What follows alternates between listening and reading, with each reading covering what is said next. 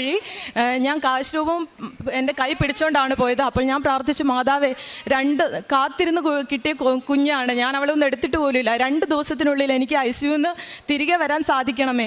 അപ്പോൾ അവിടുത്തെ ഞാൻ ഉടമ്പടി എടുത്തത് 2022 ഒക്ടോബർ 1 തീയതിയാണ്. ഉടമ്പടി എടുക്കാനുണ്ടായ കാരണം എൻ്റെ മകൾക്ക് കല്യാണം കഴിഞ്ഞ് 6 വർഷമായിട്ടും കുട്ടികളില്ലായിരുന്നു. ഉടമ്പടി 90 ദിവസമായിട്ടും അവൾക്ക് വിശേഷമൊന്നുമായില്ല.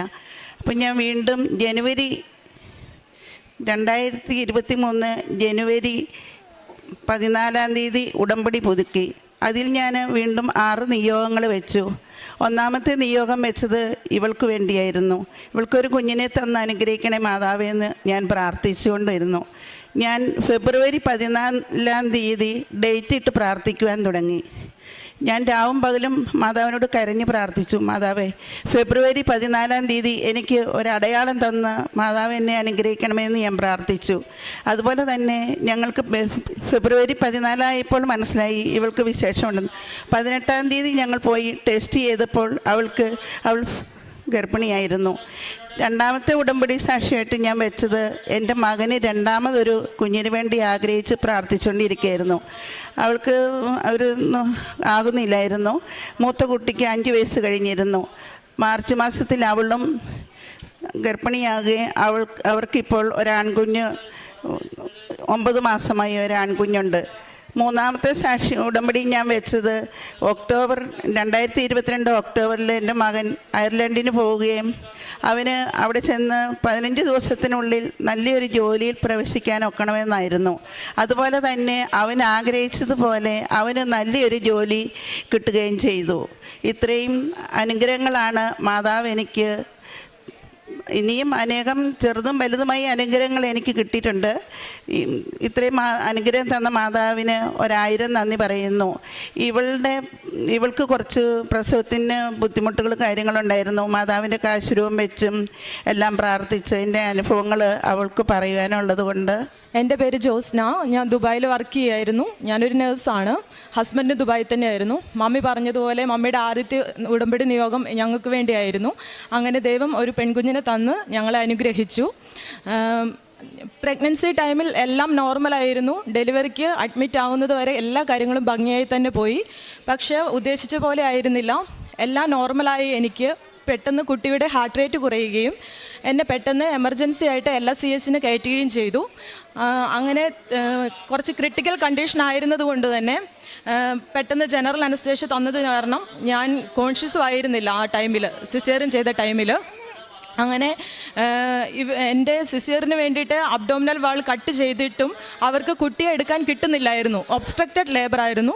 അത് കാരണം കുട്ടിയെ എടുക്കാൻ കിട്ടുന്നില്ലായിരുന്നു. അപ്പോൾ അവളുടെ ഹാർട്ട് റേറ്റ് വീണ്ടും കുറഞ്ഞുകൊണ്ടിരിക്കുകയായിരുന്നു. അങ്ങനെയുള്ളൊരു സിറ്റുവേഷൻ വന്നപ്പോൾ അവർ എമർജൻസി ടീമിനെ എല്ലാം അറിയിച്ച് അങ്ങനെ വേറെ OTയിലുണ്ടായിരുന്ന കേസൊക്കെ ക്യാൻസൽ ചെയ്ത് എമർജൻസി ടീമൊക്കെ വന്നിട്ടാണ് കുട്ടിയെ എടുക്കുന്നത്. ഇതൊന്നും ഞാൻ അറിയുന്നില്ല. വീണ്ടും എന്നെ ഷിഫ്റ്റ് ഔട്ട് ചെയ്ത് ഞാൻ റൂമിൽ വന്നു കഴിഞ്ഞ് കൊച്ചെന്തിയെന്ന് അന്വേഷിക്കുമ്പോഴാണ് അറിയുന്നത് കുട്ടി ICUലായിരുന്നു. അവളെ NICUലാക്കിയൊക്കെയായിരുന്നു. കാരണം അവളുടെ SpO2 എല്ലാം കുറവായിരുന്നു. അങ്ങനെ എന്നെ റൂമിലോട്ട് മാറ്റി. അവളുടെ SpO2 ഒക്കെ ഇമ്പ്രൂവായി. പക്ഷേ നെക്സ്റ്റ് ഡേ ആയപ്പോഴത്തേക്കും അവളുടെ യൂറിൻ ഔട്ട്പുട്ട് കുറവാണെന്ന് ഡോക്ടേഴ്സ് പറഞ്ഞു. അങ്ങനെ ഓരോരോ പ്രശ്നങ്ങളായി. അങ്ങനെ 4 ദിവസം ഇവൾ ICUലായിരുന്നു. അപ്പോൾ 2 ദിവസമൊക്കെ കഴിഞ്ഞപ്പോൾ മമ്മി പറഞ്ഞു, നമ്മുടെ അടുത്ത് മാതാവിൻ്റെ കാശുരൂപം ഉണ്ടല്ലോ, തൈലവും ഉണ്ട്, നമുക്ക് കൊച്ചിനെ കാണാൻ ICUയിൽ പോകാൻ എനിക്ക് ഹസ്ബൻഡിനും പെർമിഷൻ ഉണ്ടായിരുന്നു. അങ്ങനെ ഞങ്ങൾ പോകുമ്പോൾ കാശുരൂപം അവിടുത്തെ സിസ്റ്റേഴ്സിനോട് ചോദിച്ചിട്ട് കൊച്ചിൻ്റെ ബെഡിൻ്റെ അടിയിൽ കാശുരൂപം പ്രാർത്ഥിച്ചിട്ട് വെച്ചു. പിന്നെ തൈലം കുരിശും വരച്ചു കൊടുത്തിരുന്നു. അങ്ങനെ 4ാമത്തെ ദിവസം ആയപ്പോഴത്തേക്കും കൊച്ച് ഓക്കെ ആയി. അവളെ റൂമിലേക്ക് ഷിഫ്റ്റ് ചെയ്തു. അപ്പോഴേക്കും എനിക്ക് പനി തുടങ്ങിയിരുന്നു. എനിക്ക് പനിയും സഹിക്കാൻ വയ്യാത്ത വയറുവേദനയായിരുന്നു. അവർ പോസ്റ്റ് ഓഫ് ഡേ 4 ആയപ്പോഴത്തേക്കും എന്നോട് വായിൽ ഫുഡെല്ലാം കഴിച്ചോളാൻ പറഞ്ഞെങ്കിലും എനിക്ക് വെള്ളം പോലും കുടിക്കാൻ വയ്യാത്തൊരവസ്ഥയായിരുന്നു. അങ്ങനെ ആൻറ്റിബയോട്ടിക്സ് സ്റ്റാർട്ട് ചെയ്തു. പനിക്കുള്ള കാരണങ്ങൾ എന്താണെന്ന് പല ടെസ്റ്റുകൾ ചെയ്തു. അപ്പോഴാണ് അറിയുന്നത് എനിക്ക് എൻ്റെ ഗോൾ ബ്ലാഡർ ഫുള്ള് പഴുപ്പാണ്. അങ്ങനെ ഫുള്ള് പഴുപ്പായിട്ടിരിക്കുകയാണ്. പിന്നെ എൻ്റെ ശ്വാസകോശത്തിൽ വെള്ളക്കെട്ടുമുണ്ട്. അതുകൊണ്ടാണ് പനി എന്ന് ഡോക്ടേഴ്സ് പറഞ്ഞു. പിന്നെ എനിക്ക് ഭയങ്കര പുറം വേദനയും. അങ്ങനെയൊക്കെ ആയിട്ട് അവർ പല മരുന്നുകളും മാറി മാറി തന്നു. പക്ഷെ ഒരു മരുന്നും എനിക്ക് ഏൽക്കുന്നില്ലായിരുന്നു. എൻ്റെ കണ്ടീഷൻ കൂടുകയല്ലാണ്ട് ഒരു കുറവുമില്ലായിരുന്നു. അങ്ങനെ അവർ ആൻറ്റി വൈറലും ആൻറ്റി ഫംഗലും ആൻറ്റിബയോട്ടിക്സ് എല്ലാം മാറി മാറി തന്നു. പക്ഷേ എനിക്കൊട്ടും ഞാൻ ഇമ്പ്രൂവ് ആകുന്നില്ലായിരുന്നു. പിന്നെ അടുത്ത ദിവസം ആയപ്പോഴത്തേക്കും എൻ്റെ ബ്ലഡ് പ്രഷർ കൂടാൻ തുടങ്ങി, എൻ്റെ ഓക്സിജൻ ലെവൽ കുറയാൻ തുടങ്ങി, ഹാർട്ട് റേറ്റ് എല്ലാം കൂടാൻ തുടങ്ങി. ഞാനൊരു ക്രിട്ടിക്കൽ സ്റ്റേജിലോട്ടാവാൻ തുടങ്ങി. അങ്ങനെ കൊച്ച് റൂമിലേക്ക് ഷിഫ്റ്റായി വന്ന് പിറ്റേ ദിവസം രാവിലെ എന്നെ ICUലോട്ട് ഷിഫ്റ്റ് ചെയ്യുകയാണ് ഉണ്ടായത്. ഞാൻ ഇവളെ ഒന്ന് മര്യാദയ്ക്ക് എടുത്തിട്ട് പോലുമില്ല. അങ്ങനെ ഒരു കണ്ടീഷൻ വന്നു. അപ്പോൾ മമ്മി എന്നോട് പറഞ്ഞു, ഒന്നും പേടിക്കണ്ടേ, ഞങ്ങളെല്ലാവരും ഉണ്ടല്ലോ പ്രാർത്ഥിക്കാൻ. എല്ലാവരും എനിക്ക് വേണ്ടി പ്രാർത്ഥിക്കുന്നുണ്ടായിരുന്നു. എൻ്റെ വേണ്ടപ്പെട്ടവരും എന്നെ അറിയുന്നവരും അറിയാത്തവരും പ്രാർത്ഥനാ ഗ്രൂപ്പുകളിലും എല്ലാവരും എനിക്ക് വേണ്ടി ഒരുപാട് പ്രാർത്ഥിച്ചു. അങ്ങനെ ICUലോട്ട് പോകും വഴി ഞാൻ കാശ്രൂപവും എൻ്റെ കൈ പിടിച്ചുകൊണ്ടാണ് പോയത്. അപ്പോൾ ഞാൻ പ്രാർത്ഥിച്ചു, മാതാവേ, കാത്തിരുന്ന് കിട്ടിയ കുഞ്ഞാണ്, ഞാൻ അവളെ ഒന്ന് എടുത്തിട്ട് പോലുമില്ല, 2 ദിവസത്തിനുള്ളിൽ എനിക്ക് ICUന്ന് തിരികെ വരാൻ സാധിക്കണമേ. അപ്പോൾ അവിടുത്തെ ഞാൻ വർക്ക് ചെയ്ത ഹോസ്പിറ്റലിൽ തന്നെയാണ് ഞാൻ സിസേറിയൻ ചെയ്ത് ഉണ്ടായിരുന്നത്. അപ്പോൾ അവിടുത്തെ ഒരു നേഴ്സ് വന്നിട്ട് എന്നോട് പറഞ്ഞു, ചേച്ചി പേടിക്കണ്ട, എൻ്റെ കയ്യിൽ മാതാവിൻ്റെ വെഞ്ചരിച്ച് ഉപ്പുണ്ട്, ഞാൻ കൊണ്ടുതരാമെന്ന് പറഞ്ഞിട്ട് എനിക്ക് ആ കൊച്ച് ഉപ്പ് കൊണ്ടുതന്നു. മമ്മി എൻ്റെ നെറ്റിയിൽ കുരിശ് വരച്ച് തന്നു, തൈലം ഉണ്ടായിരുന്നു. പിന്നെ കാശുരൂപം കൈ പിടിച്ചുകൊണ്ടാണ് ഞങ്ങൾ പോകുന്നത്. അങ്ങനെ ICUലെത്തി എല്ലാ ടെസ്റ്റുകളും ചെയ്തു. അവിടെ എത്തി എനിക്ക് സ്റ്റാർട്ട് ചെയ്ത മെഡിസിൻസ് എനിക്ക് വർക്കാകാൻ തുടങ്ങി. അങ്ങനെ 2-ാം ദിവസം ആയപ്പോഴത്തേക്ക് എനിക്ക് നല്ല ഇമ്പ്രൂവ്മെൻ്റ് ഉണ്ടായി. അത് എല്ലാവരുടെയും പ്രാർത്ഥനയുടെയും അമ്മ മാതാവും ഈശോയും എനിക്ക് തന്ന വലിയൊരു അനുഗ്രഹമാണ്. അങ്ങനെ 3-ാം ദിവസം ഞാൻ വീണ്ടും റൂമിലേക്ക് ഷിഫ്റ്റ് ഔട്ടായി. പക്ഷേ എനിക്ക് ഡോക്ടേഴ്സ് ഒത്തിരി റെഫറൻസ് തന്നായിരുന്നു, പൾമണോളജി, സർജറി, കാരണം പല പ്രശ്നങ്ങളുണ്ടായിരുന്നു. എൻ്റെ കണ്ടീഷൻ ഇമ്പ്രൂവ് ആയെങ്കിലും ഇതെല്ലാം ഉള്ളത് കാരണം എന്നോട് പറഞ്ഞു, ഒന്നും കൂടി നമുക്ക് സർജറിനെ കുറിച്ച് പ്ലാൻ ചെയ്യണം, കാരണം എൻ്റെ ഗോൾ ബ്ലാഡർ ഫുള്ള് പഴുപ്പാണ്, അതങ്ങനെ മുന്നോട്ട് പോകാൻ പറ്റില്ല, എത്രയും പെട്ടെന്നൊരു സർജറി ചെയ്യണം. പക്ഷേ എനിക്ക് വീണ്ടും ഒരു സർജറിയെക്കുറിച്ച് ചിന്തിക്കാൻ പോലും വയ്യായിരുന്നു. കാരണം ഒരു ഡെലിവറി കഴിഞ്ഞതിൻ്റെ അതും എനിക്ക് കുറച്ച് കോംപ്ലിക്കേറ്റഡ് ആയതിൻ്റെ എല്ലാ ബുദ്ധിമുട്ടുകളും എനിക്കുണ്ടായിരുന്നു. മര്യാദയ്ക്ക് എണീറ്റിരിക്കാൻ പോലും ഞാൻ ആയിട്ടില്ല. അപ്പോൾ വീണ്ടും ഒരു സർജറി എനിക്ക് ഒട്ടും ചിന്തിക്കാൻ കഴിയുന്നതായിരുന്നില്ല. അങ്ങനെ ഇരിക്കെ ഞങ്ങൾ ഡോക്ടറോട് പറഞ്ഞു, ഇപ്പം ഇനി ഒരു സർജറി വേണ്ട ഡോക്ടറെ എന്ന് പറഞ്ഞു. അപ്പോൾ ഡോക്ടർ പറഞ്ഞു, എങ്കിൽ പിന്നെ നമുക്ക് 2 ആഴ്ച വെയിറ്റ് ചെയ്യാം, 2 ആഴ്ച കഴിഞ്ഞിട്ട് നിങ്ങൾ ഒന്നും കൂടി വായോ ഫോളോ അപ്പിന്, അപ്പം നമുക്ക് ഒന്നും കൂടി സ്കാൻ റിപ്പീറ്റ് ചെയ്തിട്ട് സർജറിയുടെ കാര്യം പ്ലാൻ ചെയ്യാമെന്ന് പറഞ്ഞു. അങ്ങനെ ഞങ്ങൾ ഡിസ്ചാർജായി വീട്ടിൽ പോയി. ഞാൻ അന്ന് തൊട്ട് എനിക്ക് വയ്യാത്തൊരു കണ്ടീഷൻ ആയിരുന്നിട്ട് പോലും ഞാൻ വചനം എഴുതാൻ തുടങ്ങി. വചനം എഴുതി ഞാൻ മുട്ടിപ്പായിട്ട് മാതാവിനോട് പ്രാർത്ഥിച്ചു, മാതാവേ, എനിക്ക് ഇനിയും ഒരു സർജറിയെക്കുറിച്ച് ആലോചിക്കാൻ വയ്യ, എൻ്റെ അടുത്ത സ്കാൻ റിപ്പോർട്ട് നോർമലാക്കി തരണമേന്ന്. അങ്ങനെ 2 ആഴ്ച കഴിഞ്ഞ് സ്കാൻ ചെയ്ത് അപ്പോൾ തന്നെ കഴിഞ്ഞ ശേഷം തന്നെ ഞാൻ ഡോക്ടറോട് ചോദിച്ചു, ഡോക്ടർ എൻ്റെ റിപ്പോർട്ട് എങ്ങനെയുണ്ട്? അപ്പോൾ ഡോക്ടർ അത്ഭുതപ്പെടുത്തുന്ന പോലെയാണ് എനിക്ക് തോന്നിയത്. ഡോക്ടർ എന്നോട് പറഞ്ഞു, ഒന്നും പേടിക്കാനില്ല, പെർഫെക്റ്റ്ലി നോർമലായ റിപ്പോർട്ടാണ് ഇപ്പോൾ സ്കാനിങ്ങിൽ കാണുന്നത്. എന്നിട്ട് ഞങ്ങൾ സർജൻ്റെ അടുത്ത് വീണ്ടും ഈ റിപ്പോർട്ടും കൊണ്ട് ചെന്നു. അപ്പോൾ സർജന് വിശ്വസിക്കാൻ പറ്റുന്നില്ല. ഡോക്ടർ എന്നെ ഹസ്ബൻഡിനെ വിളിച്ചിട്ട് പറഞ്ഞു, 2 റിപ്പോർട്ട്, അതായത് 2 ആഴ്ച മുമ്പ് ചെയ്ത സ്കാൻ റിപ്പോർട്ടും ഇപ്പോൾ ചെയ്ത സ്കാൻ റിപ്പോർട്ടും കൂടി സിസ്റ്റത്തിൽ കമ്പ്യൂട്ടറിൽ കാണിച്ചിട്ട് പറയുകയാണ്, ഇതെങ്ങനെ സംഭവിച്ചെന്ന് അറിയത്തില്ല, പക്ഷേ നിങ്ങളുടെ പഴയ റിപ്പോർട്ട് ഫുള്ള് പഴുപ്പായിരുന്നു, സർജറി അല്ലാണ്ട് വേറെ ഓപ്ഷൻ ഇല്ലായിരുന്നു, ഇപ്പോഴത്തെ റിപ്പോർട്ട് പെർഫെക്റ്റ്ലി നോർമലാണ്. അപ്പം ഞാൻ ചോദിച്ചു, ഡോക്ടറെ, ഇത് മെഡിസിൻ കഴിച്ചതിൻ്റെ ആണോ? കാരണം ഞാൻ ഡിസ്ചാർജ് ആയപ്പോഴും എനിക്ക് കുറേ മെഡിസിൻസ് ഉണ്ടായിരുന്നു, മെഡിസിൻ കഴിച്ചത് കൊണ്ടാണോ ഇത്രയും മാറ്റം വന്നത്? അപ്പോൾ ഡോക്ടർ എന്നോട് പറഞ്ഞു, ഒരിക്കലുമല്ല, ഒരു മരുന്നിനും അങ്ങനെ ഉണ്ടായിരുന്ന നിൻ്റെ കണ്ടീഷൻ ഇത്ര പെട്ടെന്ന് തിരികെ ബാക്ക് ടു നോർമലാക്കാൻ ഒരു മരുന്നിനും സാധിക്കില്ല. ഞാൻ സ്കാനിങ്ങിന് പോകുമ്പോഴേ എനിക്ക് ഉറച്ച വിശ്വാസം ഉണ്ടായിരുന്നു, മാതാവ് എന്നെ രക്ഷിക്കും, മാതാവ് എൻ്റെ കൂടെയുണ്ട്. കാരണം ഞാൻ കൊന്തയോ കാശ്രൂപവും കൊണ്ടാണ് എല്ലായിടത്തും പോയിരുന്നത്. അങ്ങനെ അതിൻ്റെ ഒരു വലിയ സാക്ഷ്യമാണ്. അങ്ങനെ ഞങ്ങൾ 2 പേരും ഒരു കുഴപ്പമില്ലാണ്ട് അവിടുന്ന് ഡിസ്ചാർജായി ഞങ്ങളുടെ കണ്ടീഷനൊക്കെ നോർമലായി. പിന്നെ അടുത്തത് എനിക്ക് പറയാനുള്ള എൻ്റെ ഹസ്ബൻഡിൻ്റെ ഒരു സൗഖ്യത്തെക്കുറിച്ചാണ്. അങ്ങനെ ഞങ്ങൾ ഹാപ്പി ആയിട്ടിരിക്കുന്നു. ഞങ്ങൾ വീട്ടിലെത്തി. അങ്ങനെ 1 മാസത്തിന് ശേഷം പെട്ടെന്ന് ആൾക്ക് വയ്യാണ്ടായി. ഹസ്ബൻഡിന് വെയിറ്റ് കുറയുന്നത് ഞങ്ങൾ നോട്ടീസ് ചെയ്തായിരുന്നു. പക്ഷെ ഞങ്ങൾ വിചാരിച്ചു ഈ ഹോസ്പിറ്റലൈസേഷൻ ഇങ്ങനെ ഈ സ്ട്രെസ്സൊക്കെ കാരണം ആയിരിക്കണം ആൾ വെയിറ്റ് കുറഞ്ഞതെന്ന് വിചാരിച്ചു. വെയിറ്റ് ലോസ് മാത്രമായിരുന്നില്ല, 18 കിലോ കുറഞ്ഞു. കൂടത്തിൽ ആൾക്ക് ഷിവറിങ് ആയിരുന്നു, പിന്നെ ബ്രീത്തിങ് ഡിഫിക്കൽറ്റി വന്നു, പിന്നെ ഒരു 5 മിനിറ്റ് പോലും എണീറ്റ് നിൽക്കാൻ വയ്യാത്ത അത്രയും വീക്കായിരുന്നു ആൾ. ഭയങ്കര സ്കെലറ്റനായിപ്പോയി. അങ്ങനെ ആയിട്ട് ഞങ്ങൾ ഒരുപാട് പേടിച്ചു. ഞാൻ ICU കിടന്നപ്പോൾ പോലും ഞാനിങ്ങനെ ടെൻഷൻ അടിച്ചിട്ടില്ല. ആൾക്ക് ഒത്തിരി ക്ഷീണമായിപ്പോയി. അങ്ങനെ പെട്ടെന്ന് ഞങ്ങൾ ഡോക്ടറിൻ്റെ അടുത്ത് കൊണ്ടുപോയി. അന്നേരം ഞങ്ങൾ ഇന്ത്യയിലെത്തിയായിരുന്നു, കേരളത്തിൽ വന്നു.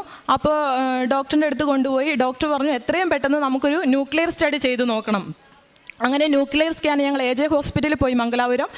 അവിടെ വീട്ടിൽ നിന്ന് ഇറങ്ങിയപ്പോൾ മുതൽ ഞാൻ പ്രത്യക്ഷീകരണ പ്രാർത്ഥനയിൽ പ്രാർത്ഥിക്കുകയായിരുന്നു, മാതാവേ ഇത്രയും കാലം കാത്തിരുന്നൊരു കുഞ്ഞിനെ തന്നതല്ലേ, ഞങ്ങളുടെ ജീവിതം ഞങ്ങൾ തുടങ്ങാൻ പോകുന്നേ ഉള്ളൂ, അപ്പോഴേക്കും വീണ്ടും ഇങ്ങനെ ഒരു പരീക്ഷണം തരരുതേ. എന്നിട്ട് ഞാൻ വീട്ടിൽ നിന്ന് ഇറങ്ങിയപ്പോൾ മുതൽ ഞാനും ഹസ്ബൻഡും ആങ്ങളെയും കൂടെയാണ് പോകുന്നത്. ഞങ്ങൾ 3 പേരും കൊന്ത ചൊല്ലി പ്രാർത്ഥിച്ചുകൊണ്ടാണ് വീട്ടിൽ നിന്ന് ഇറങ്ങിയത്. ഹസ്ബൻഡിനെ സ്കാനിങ്ങിന് കയറ്റുന്നതിന് മുമ്പും ഞാൻ മാതാവിൻ്റെ ഇവിടുത്തെ തേന് വായിൽ കൊടുത്തു, പിന്നെ കുരിശ് വരച്ചെല്ലാം പ്രാർത്ഥിച്ചാണ് വിട്ടത്. സ്കാനിങ് റൂമിൽ കയറ്റിയപ്പോൾ ഞാൻ അവിടുത്തെ സ്റ്റാഫിനോട് ചോദിച്ചു, മാതാവിൻ്റെ ഒരു കാശുരൂപവും കൂടി ഞാൻ കൊടുത്തോട്ടെ. അങ്ങനെ മാതാവിൻ്റെ കാശുരൂപം കൊടുത്താണ് ഞാൻ സ്കാനിങ്ങിന് കയറ്റി വിട്ടത്. അത് കഴിഞ്ഞ് സ്കാനിങ് നടക്കുന്ന സമയം മുഴുവനും ഞാൻ ഹോസ്പിറ്റലിൻ്റെ പുറത്ത് മുട്ടിമേ നിന്ന് ഞാൻ കൈയും വിരിച്ചു പിടിച്ച് കരഞ്ഞു പ്രാർത്ഥിക്കുമായിരുന്നു, മാതാവേ ഇനിയും പരീക്ഷിക്കാൻ ഇടവരുത്തരുതേ, റിപ്പോർട്ട് നല്ലൊരു റിപ്പോർട്ട് തന്ന് അനുഗ്രഹിക്കണമെന്ന്. അങ്ങനെ റിപ്പോർട്ട് റെഡിയായി. റിപ്പോർട്ട് ഒരു ഫയലിലാണ് തന്നത്. അപ്പോൾ എനിക്ക് ആ ഫയൽ തുറക്കാൻ എനിക്ക് പേടിയായിരുന്നു, കാരണം എന്താണ് അതിനകത്തുള്ളതെന്ന് എനിക്കറിയത്തില്ല. അപ്പോൾ ഞാൻ മാതാവിൻ്റെ കാശുരൂപം ഫയലിന് മേളിൽ വെച്ച് പ്രാർത്ഥിച്ച് ഞാൻ തുറന്ന് നോക്കുമ്പോൾ ആൾക്ക് തൈറോയിഡ് ആണെന്ന് അറിഞ്ഞു. അത് ഞാൻ പേടിച്ചത് വലിയ എന്തോ അസുഖമാണെന്നാണ്, പക്ഷേ തൈറോയിഡ് ആണെന്ന് അറിഞ്ഞപ്പോഴും എനിക്ക് വലിയ സമാധാനമായിരുന്നു. അങ്ങനെ ആളിപ്പം ട്രീറ്റ്മെൻറ്റൊക്കെ എടുത്ത് ഒത്തിരി ബെറ്ററായി, ബാക്ക് ടു നോർമലായിട്ടുണ്ട്. ഇത് എൻ്റെ വലിയൊരു സാക്ഷ്യമാണ്. ഈ ചെറുതും വലുതായി ഒത്തിരി സാക്ഷ്യങ്ങളുണ്ട് ഇനിയും. ഇത്രയും അനുഗ്രഹങ്ങൾ തന്ന മാതാവിനും ഈശോയ്ക്കും ഒരുപാട് നന്ദി. ഞാൻ വീടുകളിൽ തോറും പോയി പത്രം കൊടുക്കുകയും ആശുപത്രികളിൽ പോയി അവർക്ക് പത്രം കൊടുക്കുകയും രോഗികളെ കാണുകയും അങ്ങനെയൊക്കെയാണ് ചെയ്തുകൊണ്ടിരുന്നത്. പിന്നെ അമ്മച്ചിമാരുടെ ഒരു അനാഥാലയമുണ്ട്, അവിടെ പോയി അവർക്ക് വേണ്ട ശുശ്രൂഷയും പൈസ കൊടുത്ത് സഹായിക്കുകയും സാധനങ്ങൾ മേടിച്ച് കൊടുക്കുകയൊക്കെ ചെയ്യുമായിരുന്നു. അവിടെയും അവർക്ക് പത്രം വായിക്കാൻ കൊടുക്കുമായിരുന്നു. പിന്നെ ഞാൻ അവിടെ ഒരു പിള്ളേരുടെ സ്കൂളുണ്ട്, അത്രയും നല്ല ഇതല്ല, അങ്ങനെയുള്ളൊരു പിള്ളേരുടെ സ്കൂളുണ്ട്. ആ സ്കൂളിൽ പോയി അവരെ കാണുകയും അവർക്ക് വേണ്ട സഹായം ചെയ്തു കൊടുക്കുകയും ചെയ്യുമായിരുന്നു. ആഴ്ചയിൽ ഒരു 5 പേർക്കുള്ള ചോറ് എല്ലാ ആഴ്ചയും ഈ പാവപ്പെട്ട ആൾക്കാർക്ക് കൊണ്ടു കൊടുക്കുമായിരുന്നു. അങ്ങനെയുള്ള പ്രവർത്തനങ്ങളൊക്കെയാണ് ഞാൻ ചെയ്തത്. ഞാനും ഇവൾക്ക് വേണ്ടി 2ാമത് ഉടമ്പടി പുതുക്കി കഴിഞ്ഞപ്പം മുതൽ വചനം എഴുതാൻ തുടങ്ങി. വചനം പിന്നെ വിശേഷമായി അറിഞ്ഞ് പ്രസവമാകുന്നത് വരെയും ഞാൻ വചനം എഴുതിക്കൊണ്ടിരുന്നു. ദൈവത്തിൻ്റെ ദാനമാണ് മക്കൾ, ഉദരഫലം ഒരു സമ്മാനം എന്ന വചനമാണ് ഞാനും എഴുതിക്കൊണ്ടിരുന്നത്. ഇതുപോലെ ഉടമ്പടി എടുത്ത ഒരു അമ്മയിൽ നിന്നാണ്, അമ്മയാണ് ഈ മകളെ ഡയറക്റ്റ് ചെയ്യുന്നതും ആദ്യം ഉടമ്പടി വസ്തുക്കൾ വിശ്വാസത്തോടെ ഉപയോഗിക്കുവാനായിട്ടുള്ള കാര്യങ്ങൾ പറഞ്ഞ് അത് ഉപയോഗിച്ചതിന് ശേഷം വിശ്വാസത്തോടെ ഉപയോഗിച്ചതിന് ശേഷം അങ്ങനെ ഒരു അനുഭവം ഉണ്ടായിരുന്നൊരു ബോധ്യം ഉണ്ടാകുമ്പോഴാണല്ലോ കുഞ്ഞുമായിട്ട് ഈ അൾത്താരയിൽ എത്തുവാനായിട്ട്, അതും ഒരു കുടുംബമായിട്ട് ജീവിത പങ്കാളിയായിട്ട് ആ കുഞ്ഞുമായിട്ടാണ് ഈ അൾത്താരയിൽ വന്ന് സാക്ഷ്യം പറയുന്നത്. അപ്പം ഈ പറഞ്ഞ വാക്കുകൾക്കപ്പുറം ഉള്ളൊരു ദൈവിക ഇടപെടൽ ഇവരുടെ ജീവിതത്തിൽ ഉണ്ടായി എന്നുള്ള കാര്യത്തിൽ ഒരു സംശയമില്ല. അതിന് ഉടമ്പടി എടുത്തൊരു വ്യക്തി, ഇപ്പം അമ്മ അവസാനം പറഞ്ഞു കുറച്ച് വാക്കുകളിലാണ് പറയുന്നത്, അതായത് ഉടമ്പടിയിലെ കാര്യങ്ങൾ, ഇപ്പം മുട്ടുവേദന ഉണ്ടായിരുന്നിട്ടും ഞാൻ കാര്യങ്ങളൊക്കെ ചെയ്തു എന്ന് പറയുമ്പോൾ അത്രത്തോളം തീക്ഷ്ണതയോടെ ഉടമ്പടിയിൽ നിൽക്കുവാനായിട്ടൊരു പരിശ്രമം ഉണ്ടായിരുന്നല്ലോ. അപ്പം അങ്ങനെ പരിശ്രമിക്കുന്ന ഒരു ഉടമ്പടിയുടെ ഒരു ആസ്തിയുള്ള അമ്മമാരുടെ നിയോഗങ്ങളുടെ മേൽ പരിശുദ്ധ അമ്മയുടെ ഒരു പരിഗണന ഉണ്ടാവും എന്നുള്ളത് സാക്ഷ്യങ്ങൾ പരിശോധിക്കുമ്പോൾ വ്യക്തവുമാണ്. അപ്പം അന്വേഷണ മകൾ കടന്നുപോയ സാഹചര്യത്തിനെക്കുറിച്ചും ആ സമയത്ത് ഉടമ്പടിയിലെ വസ്തുക്കളൊക്കെ എത്രത്തോളം സഹായകമായെന്നുള്ളതും കൂടുതൽ